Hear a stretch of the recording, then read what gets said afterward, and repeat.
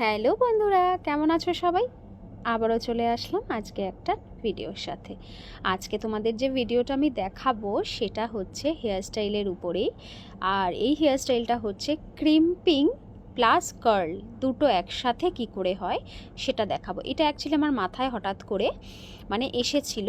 হতে পারে অনেকে হয়তো জানো এই ব্যাপারটা, আমি একজন নই যে মাথায় হঠাৎ করে এসছে, কিন্তু আমার এটা কি বসেছিলাম, হঠাৎ করে মনে হলো আচ্ছা ক্রিম্পার দিয়ে যদি কার্ল করা যায় কেমন হয় ব্যাপারটা, একটু ট্রাই করে দেখি। তো আগে নিজে নিজে প্র্যাকটিস করে নিয়েছিলাম, তারপরে ভিডিওটা করেছি। তো এই যে দেখতে পাচ্ছ কিভাবে আমি ক্রিম্পার দিয়ে কার্ল করছি।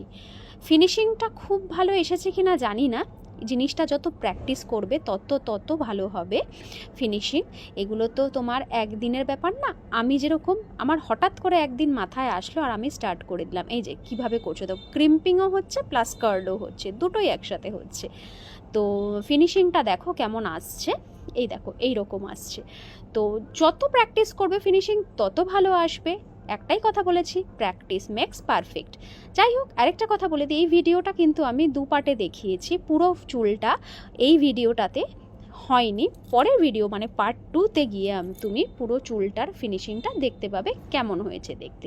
বাট কার্লটা কিভাবে হচ্ছে সেটা নিশ্চয়ই দেখতে পাচ্ছ, যে ক্রিম্পিং অ্যান্ড কার্লিং দুটো কিভাবে হচ্ছে। তো যাই হোক, আবার আসছি পরের ভিডিওটা নিয়ে। Thank you.